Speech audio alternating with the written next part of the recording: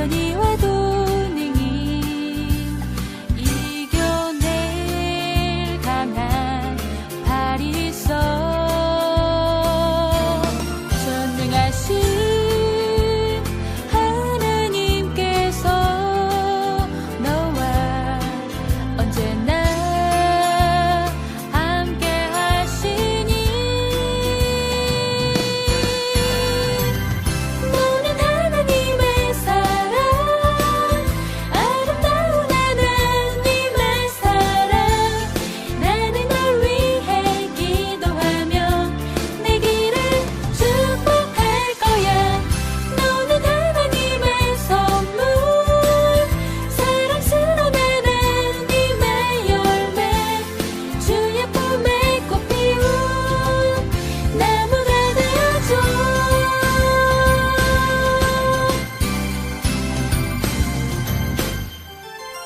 너는 담장 너머로 뻗은 나무, 가지에 푸른 열매처럼 하나님의 귀한 축복이 삶에 가득히 넘쳐날 거야. 너는 어떤 시련이 와도 능히 이겨낼 강한 발이 있어. 전능하신 하나님께서 너와 언제나 함께 하시니 너는 하나님의 사랑, 아름다운 하나님의 사랑. 나는 널 위해 기도하며 내 길을 축복할 거야. 너는 하나님의 선물, 사랑스러운 하나님의 열매, 주의 품에 꽃 피운 나무가 되어줘.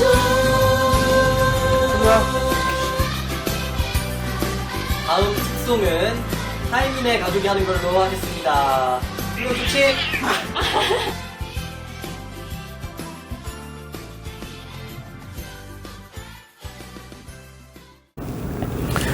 교회 서류 정리를 하다 보니까 2년 전 내일, 그러니까 2019년 8월 9일이죠. 그날이 바로 교회 예배실로 사용하고 있는 이 공간에 대해서 임대 계약을 한 날이라는 것을 알게 되었습니다. 그때 그 즈음부터 내부 공사를 시작했고, 그리고 9월 1일 우리가 양재 시민의 숲에서 첫 예배를 드렸죠. 그리고 그 다음 주인 9월 8일부터 여기에서 이 자리에서 예배를 드렸습니다. 지난 2년의 시간을 회상하면서 하나님이 모든 것을 협력하여 선을 이루셨다는 것, 그리고 나의 나된 것은 다 하나님의 은혜인 것처럼 우리 교회된 것 역시 하나님의 은혜임을 고백하게 됩니다. 2년 전 우리가 교회를 시작했을 때 많은 사람이 지금 같은 시기에 교회를 개척한다는 것, 그것도 임대료가 만만치 않은 강남에서 교회를 시작한다는 것에 대해서 우려를 표했습니다. 그래도 일이 무리하게 혹은 억지로가 아니라 하나님의 이끄심 속에서 순조롭게 진행되는 것을 경험하면서 하나님이 우리 교회를 기뻐하신다는 그런 확신을 갖게 되었습니다. 개척한 지 6개월 만에 코로나19가 터지면서 우리 교회뿐만 아니라 한국 교회가 전체적으로 어려워졌죠. 우리 교회에도 위기일 수 있었지만 그래도 하나님께서 우리를 지금까지 인도하고 도우신 것 감사하고, 또 교우 여러분들께서 교회 사랑하는 마음으로 헌신하는 것에 대해서 고마움을 표하고 싶습니다. 이곳을 방문하는 사람들이 종종 있습니다. 그런데 처음 온 사람 치고 이 예배실을 보고 좋아하지 않는 사람은 한 명도 못 본 것 같아요. 물론 예의상 교회가 참 좋습니다 라고 말하는 것일 수도 있지만, 정말로 마음에 들어서 그렇게 말하는 것인지 아니면 예의상 그렇게 말하는 것인지 정도는 분간할 수 있죠. 교회를 방문한 사람들마다 교회가 참 좋습니다. 교회가 너무 예쁩니다. 이런 말들을 자주 합니다. 그럴 때마다 저는 잊지 않으려고 애쓰는 것이 있습니다. 교회가 참 좋습니다 라고 말하는 사람들에게 제가 겉으로 실제로 말하지는 않지만 속으로는 이런 생각을 해요.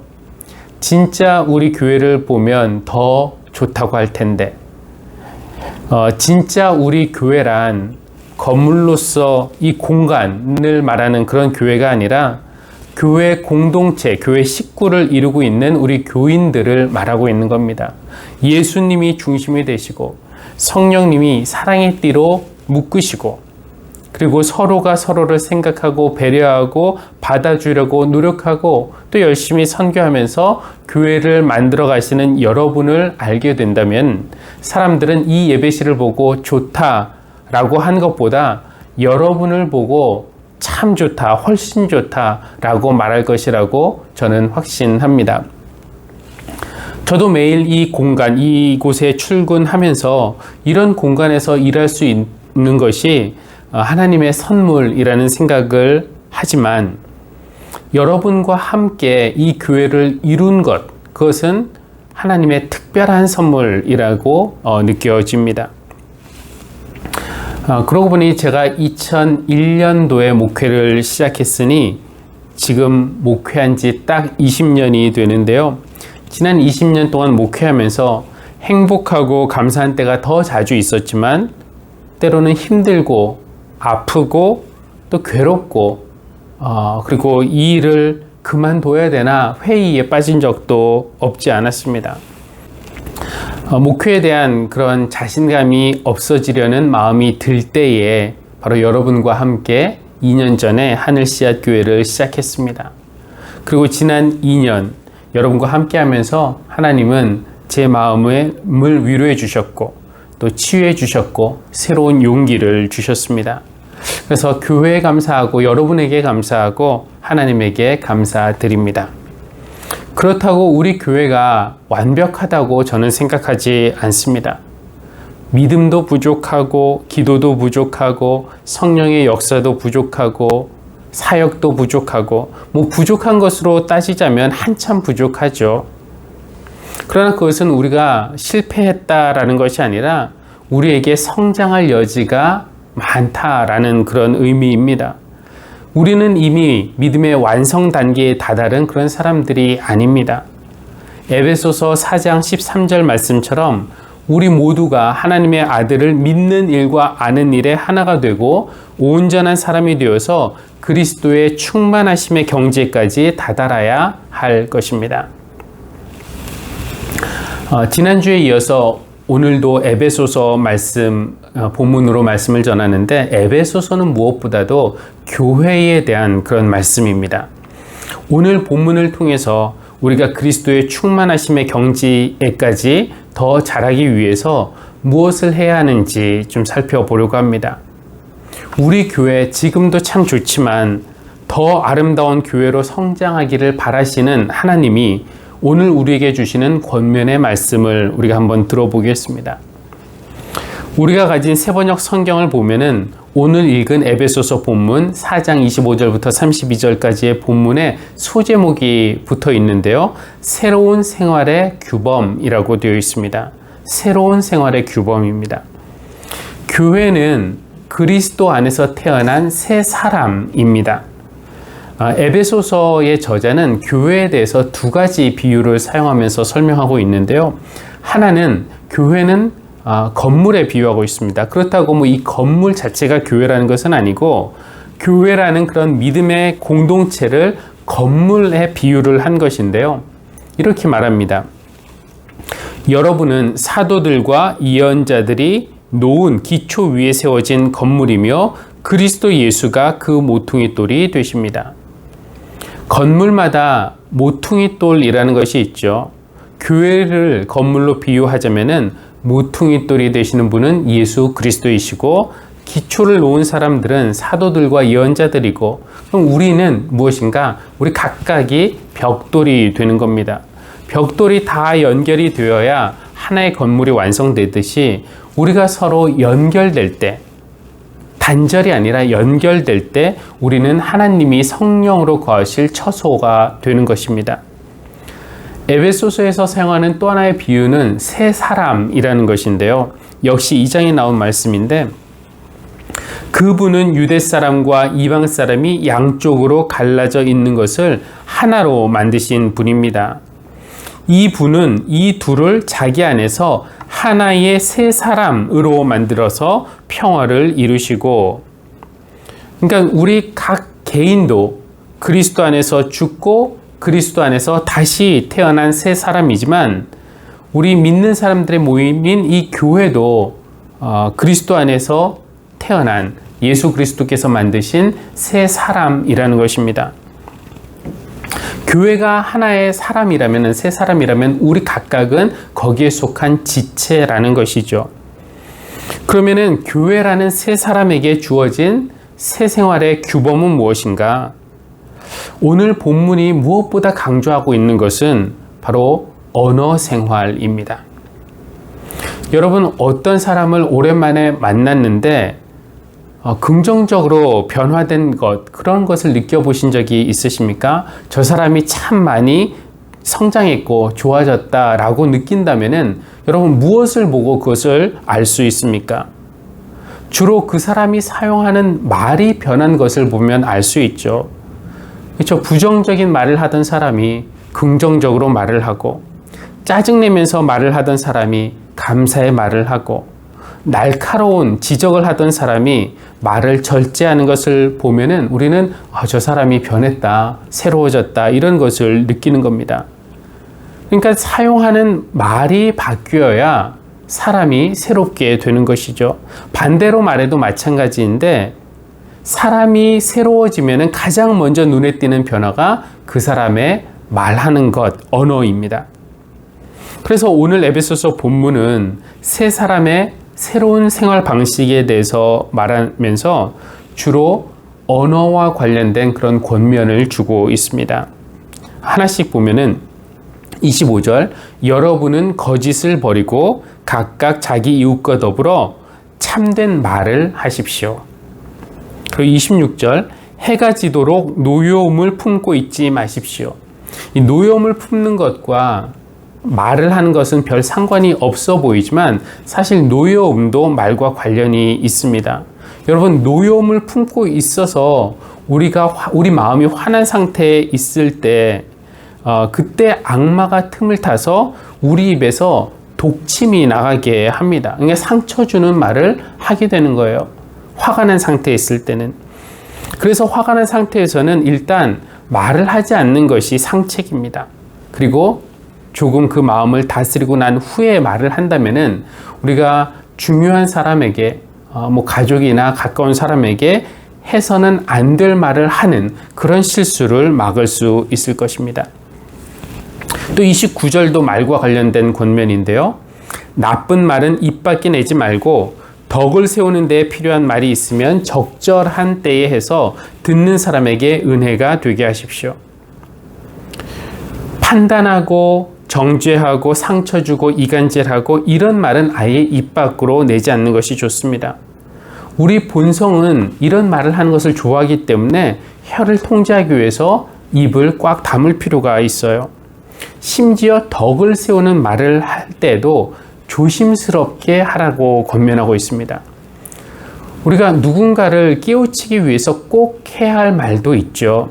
그러나 아무리 아래 직원이나 또 어린 자녀들에게 말한다고 해도 적절한 때에 절제하면서 그렇게 말을 하라는 것입니다.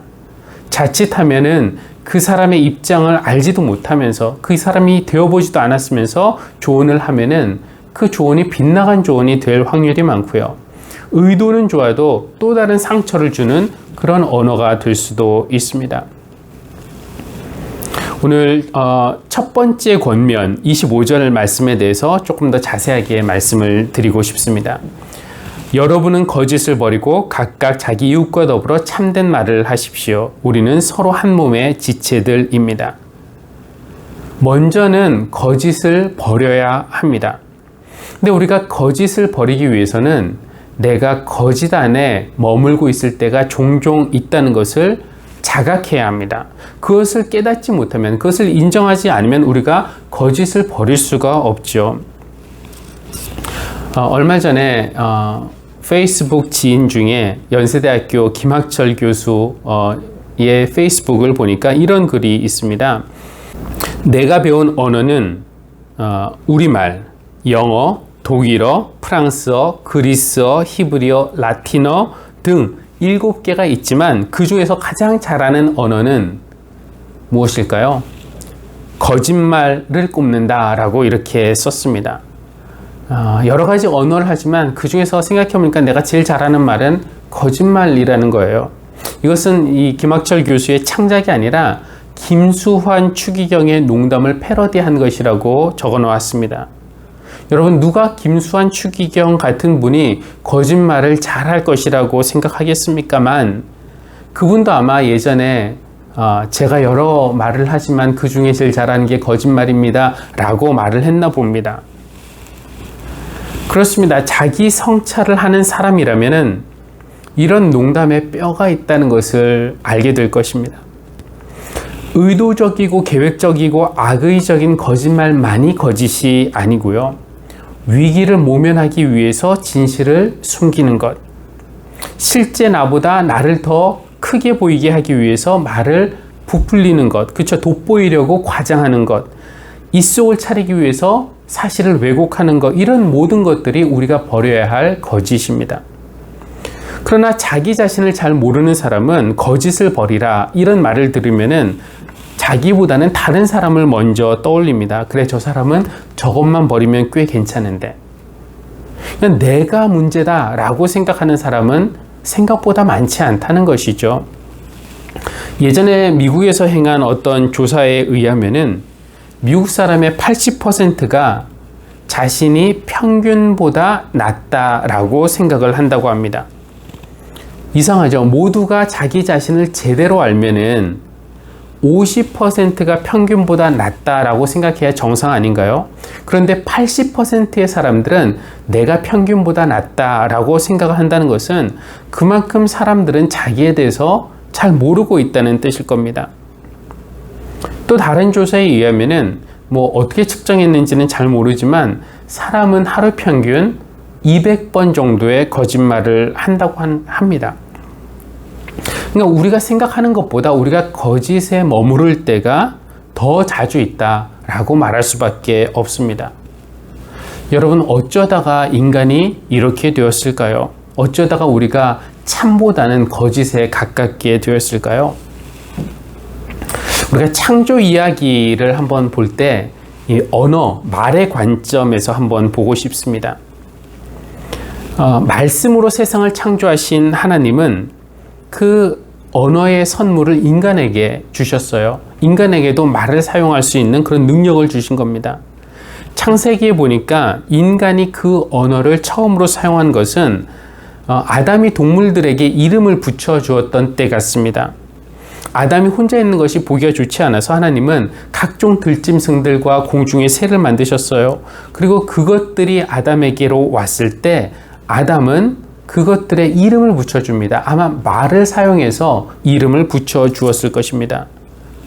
어떻게 붙여주었을까요? 그래, 너는 참새, 너는 강아지, 너는 금붕어, 이런 식이었겠죠. 그러나 아담은 여전히 외로웠습니다. 그래서 하나님은 아담이 잠을 자고 있는 동안에 그의 갈비뼈 하나를 취하시고 그것으로 또 다른 존재, 여자를 만드셨습니다. 여러분, 한 사람의 갈비뼈를 취해서 그것으로 또 하나를 만들었다는 것은 둘이 결합이 되어야 온전히 하나가 된다는 그런 뜻 아닐까요? 다른 말로 하면은 둘은 서로 지체라는 그런 의미일 겁니다. 아담이 눈을 떠보니까 자기 눈앞에는 자기와 비슷하면서도 다른 그런 사랑스러운 존재가 있었습니다. 여기서 아담이 어떻게 말을 하는가, 아담의 언어가 어떻게 변하는가 한번 보십시오. 이렇게 말합니다. 이제야 나타났구나 이 사람. 뼈도 나의 뼈, 살도 나의 살.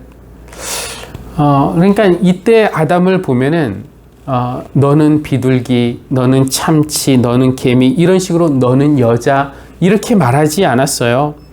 아담의 말은 단조롭고 건조한 말이 아니었습니다. 아름답고 화려한 말, 기쁨과 사랑이 담긴 말이었습니다. 이때까지만 해도 우리 인간의 언어는 서로를 결속시키는 언어였다라고 말할 수 있습니다. 그런데 얼마 후 사탄의 거짓말이 등장하죠. 선악과를 가리키며 이거 먹어도 절대 죽지 않는다, 오히려 하나님처럼 된다 라고 말합니다. 거짓말이었습니다. 그리고 그 거짓말에 속아 넘어간 인간은 이때부터 거짓말을 배우게 되는 겁니다. 인간의 언어가 타락한 것이죠.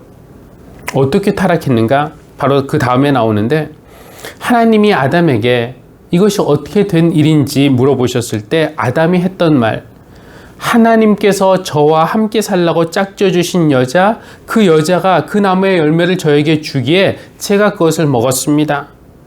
그러니까 아담은 지금 하와를 비난하고 있는데 하와만 비난하는 것이 아니라 그 여자를 나에게 짝지어 주신 하나님에게도 책임이 있다고 말하고 있는 겁니다. 한때 아름다운 언어를 구사하던 아담의 언어가 비난의 언어와 책임 전가의 언어로 변해버렸습니다.